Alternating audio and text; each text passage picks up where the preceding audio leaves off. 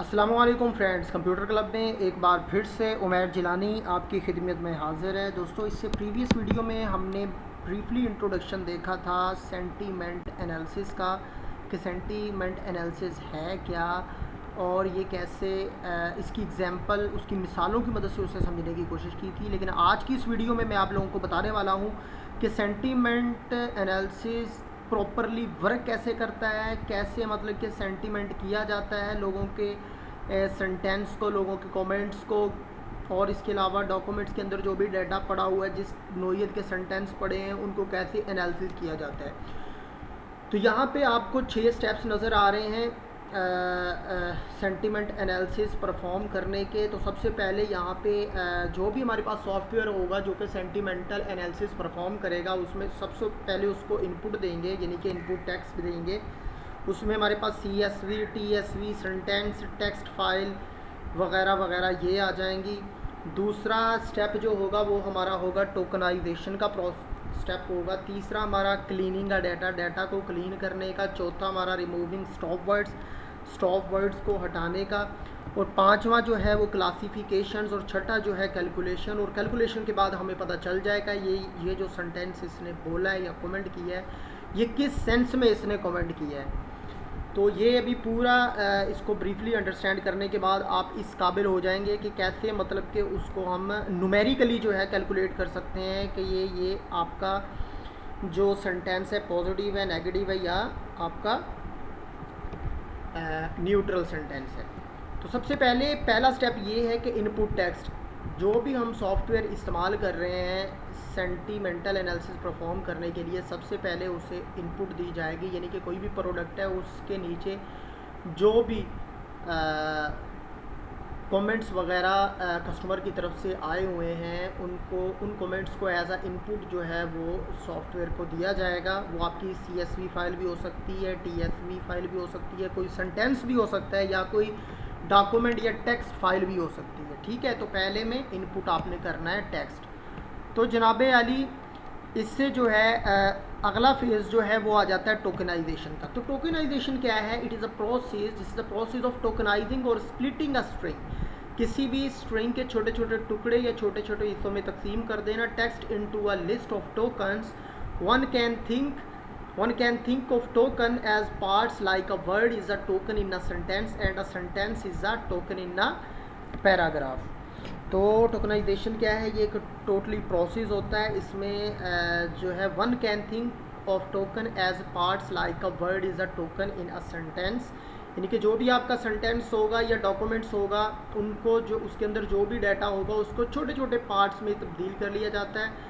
जिस तरह एग्जांपल यहाँ पे सामने आपको नज़र आ रही है कि आई really like the new design of your website. ये एक एग्जांपल है। जब इसको हम छोटे छोटे हिस्सों में डिवाइड करेंगे, टोकनाइजेशन जब इसके ऊपर परफॉर्म करवाएंगे, तो ये देखिए कोमा की मदद से सारे सेपरेट हुए हैं। यहाँ तक कि जो एक्सक्लेमेशन मार्क आखिर में है वो भी एक टोकन बन गया है। तो ये है टोकनाइजेशन का प्रोसेस।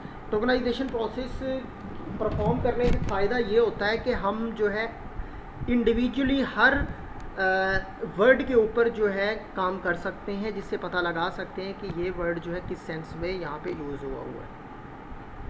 इससे नेक्स्ट प्रोसेस जो है हमारे पास आ जाता है क्लीनिंग द डाटा। अब टोकनाइजेशन करने के बाद कुछ ऐसे मतलब के फालतू वर्ड्स भी होते हैं, अननेसेसरी वर्ड्स भी होते हैं जो हमारे किसी काम के नहीं होते, उनको रिमूव किया जाता है।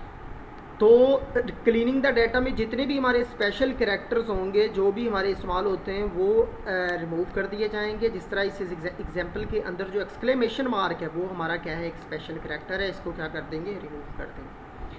फिर इसके बाद अगला फेज़ जो है स्टॉप वर्ड्स का आ जाता है। स्टॉप वर्ड्स को ख़त्म किया जाता है। स्टॉप वर्ड्स हमारे कौन से होते हैं? ये set of commonly used words in any language. किसी भी लैंग्वेज में इस्तेमाल होने वाले ये अल्फाज होते हैं जो सबसे ज़्यादा बार बार इस्तेमाल हो रहे होते हैं किसी भी सेंटेंस में या किसी भी पैराग्राफ में।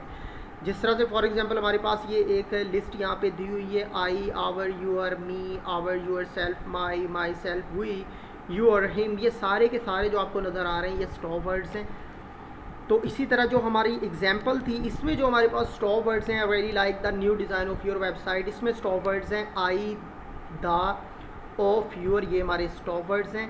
ये जब रिमूव करेंगे, रिमूव करने के बाद जो हमारे पास आउटपुट आएगी वो really like new design website, ये हमारे पास आ गई है।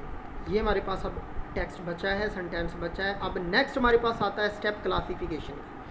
क्लासिफिकेशन जो है ये डिफरेंट एल्गोरिदम के थ्रू भी परफॉर्म की जाती है। जिस तरह से मशीन लर्निंग एल्गोरिदम है, सुपरवाइज्ड और अनसुपरवाइज्ड हो गया, और इसके अंदर जो है ये इसका अंदाज़ा लगाया जाता है, क्लासिफाई किया जाता है कि ये आपका सेंटेंस कौन सा है, पॉजिटिव है, नेगेटिव है या न्यूट्रल है। तो यहाँ पे जर्नल कॉन्सेप्ट आपको देता चलूँ कि in this step we classify the remaining word is that positive और नेगेटिव और न्यूट्रल। तो यहाँ पे जितने भी जो पॉजिटिव वर्ड होंगे उनको +1 से डेजिग्नेट किया जाता है, नेगेटिव को -1 से और न्यूट्रल को 0 से इंडिकेट किया जाता है। तो यहाँ पे हमारे पास जो है really like new design website, ये हमारे पास वर्ड्स बचे हुए हैं। अब ये हमने पता लगाना है कि ये पॉजिटिव है, नेगेटिव है या न्यूट्रल। इसके बाद हमारे पास आ जाता है अप्लाई करना है हमने supervised algorithm for classification. Classification के लिए हम इसमें क्या करेंगे, सुपरवाइज्ड एल्गोरिदम को अप्लाई करेंगे। तो इसके लिए हमारे पास ट्रेन आवर मॉडल, हम अपने मॉडल को ट्रेन करेंगे बैग ऑफ वर्ड्स के साथ। बैग ऑफ वर्ड्स यानी कि ये जितने भी वर्ड्स बचे हुए हैं ये एक बैग के अंदर समझ लो कि इसे रख लेते हैं हम, बैग ऑफ वर्ड्स। और लेक्सिकॉन्स भी इसे कहा जाता है, which are nothing but the dictionary of pre classified set of words होते हैं lexicons. And test it on the analysis statement, और इनको टेस्ट किया जाता है मोर द एक्यूरेसी स्कोर। अच्छा, इनको बैग ऑफ वर्ड्स को क्या किया जाता है, टेस्ट किया जाता है। अब इसमें दो किस्म का डाटा हमारा होता है, एक तो ट्रेनिंग डाटा होता है और दूसरा हमारे पास होता है टेस्ट डाटा। ट्रेनिंग डाटा जो होता है उससे हम अपना मॉडल जो है वो अच्छे से तैयार कर लेते हैं, और जो टेस्ट डाटा होता है यानी कि टोटल 100% जो डाटा है, 100% डाटा जो हमारा बैग ऑफ वर्ड्स हैं उसमें से जो है 70% हमारा ट्रेनिंग डाटा होगा और 30% हमारा टेस्ट डाटा होगा। जो 70% जो ट्रेनिंग डाटा होगा उसके ऊपर हम टेस्ट डाटा को अप्लाई करेंगे प्रिडिक्शन लेने के लिए, यानी कि वो 30% टेस्ट डाटा को उसके ऊपर अप्लाई करेंगे, टेस्ट करेंगे कि आया कि इसकी एक्यूरेसी कितनी आ रही है, सही एक्यूरेसी आ रही है या नहीं आ रही। तो अगर तो हमारी जो एक्यूरेसी है, अगर तो वो एक्यूरेसी ज़्यादा हुई तो इसका मतलब ये है कि हमारा जो मॉडल है वो बिल्कुल एक्यूरेट है, सही काम कर रहा है। लेकिन अगर उसकी एक्यूरेसी हुई कम तो इसका मतलब ये है कि जो मॉडल है ये सही से क्लासीफाई या सही से प्रिडिक्ट नहीं कर रहा। तो अब चलते हैं हम नेक्स्ट ज़रा कैलकुलेशन करते हैं। मैंने आपको बताया था कि जो हमारे पास वर्ड हैं उनको हमने आगे नंबरिंग देनी है, तो कैसे देंगे। अब सबसे पहले पॉजिटिव की बात करते हैं। यहाँ पे दो पॉजिटिव वर्ड्स हैं हमारे पास, एक लाइक और न्यू। तो डेफिनेटली देखें, लाइक हमेशा जो है ये मुस्बत पहलू में इस्तेमाल किया जाता है, यानी कि आई लाइक वेरी मच या आई लाइक मैंगो, या फिर इसके अलावा इसके ऑपोजिट है वो डिसलाइक होता है, नापसंदीदा, वो हमारा नेगेटिव वर्ड में कंसिडर किया जाता है। तो लाइक पॉजिटिव है, इसको हमने प्लस का निशान दे दिया, +1 इसको दे दिया। और न्यू जो है ये भी पॉजिटिव सेंस में, पॉजिटिव पहलू में बोला जाता है, यानी कि न्यू इसके ऑपोजिट होता है ओल्ड, तो ये भी क्या है +1 इसको हमने दे दिया। इसी तरह डिज़ाइन हो गया, वेबसाइट हो गया और रेली हो गया। रेली जो है really, I really like you, I really dislike you, I really hate you. तो रेली जो है ये देखो ये पॉजिटिव के लिए भी इस्तेमाल होता है, नेगेटिव के लिए भी इस्तेमाल होता है। तो ये हमारा कौन सा है, ये न्यूट्रल वर्ड है। और इसी तरह जो हमारे पास न्यू जो है आई हैव, सॉरी ये तो मैंने डिस्कस कर लिया। डिज़ाइन और वेबसाइट की बात करते हैं।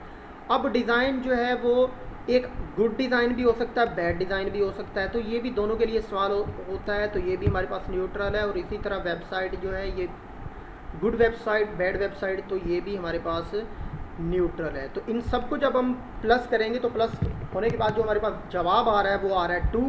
तो इसका मतलब ये हुआ कि हमारे पास ये जो सेंटेंस था ये हमारे पास पॉजिटिव सेंटेंस है। कैसे पता चला कि अगर हमारे पास जो रिज़ल्ट है वो 0 से अगर ग्रेटर देन आता है तो इसका मतलब ये है कि ये एक पॉजिटिव सेंटेंस है, या पॉजिटिव कमेंट है, या पॉजिटिव डॉक्यूमेंट है, या पॉजिटिव टेक्स्ट है। लेकिन अगर 0 से लेस देन आता है, नेगेटिव में आता है, तो इसका मतलब ये है कि ये हमारा जो है क्या है, ये एक नेगेटिव सेंटेंस है।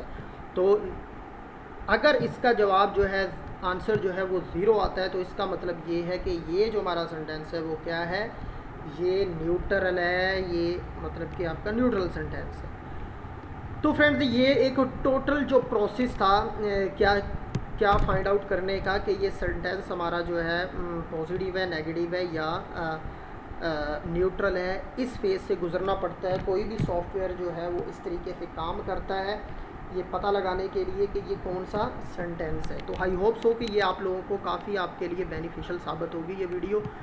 जनरल कॉन्सेप्ट इसमें मैंने दिया है और उसमें जनरल वर्किंग बताई है कि कैसे मतलब कि ये सेंटीमेंट एनालिसिस परफॉर्म किया जाता है। तो ये तरीक़ाकार था। अगली वीडियो में इंशाल्लाह इसको प्रैक्टिकली जो है इसकी एक्यूरेसी कैलकुलेट करके चेक करेंगे कि ये सेंटेंस हमारा कौन सा है। तो तब तक के लिए इजाज़त दीजिए, अल्लाह हाफ़िज़।